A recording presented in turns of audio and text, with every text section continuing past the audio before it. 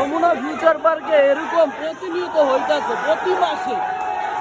আজকে 3টা দোকান চুরি হয়েছে, প্লাস এর আগে একটা দোকান চুরি হয়েছে। মানে প্রতি মাসে মনে হয় একটা নির্ধারিত সময় আছে যারা প্রতিনিয়ত চুরি করবো শুধু যমুনা ফিউচার পার্ক থেকে।